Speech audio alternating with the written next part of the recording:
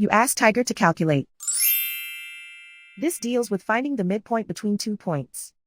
The midpoint between the 2 points is negative 30.51. Let's solve it step by step. Plot the 2 points and calculate the midpoint using the formula. The coordinates of point 1 are x1 equals 3, y1 equals 88. The coordinates of point 2 are x2 equals negative 64, y2 equals negative 86. PM represents the midpoint of the 2 points.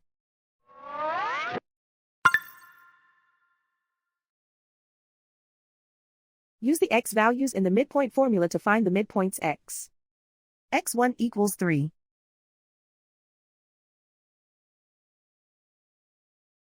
x2 equals negative 64. Simplify the arithmetic.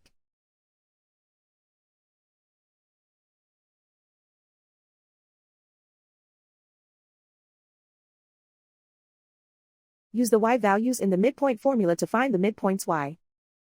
y1 equals 88.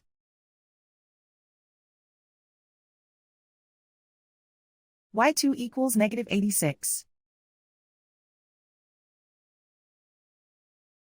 Simplify the arithmetic.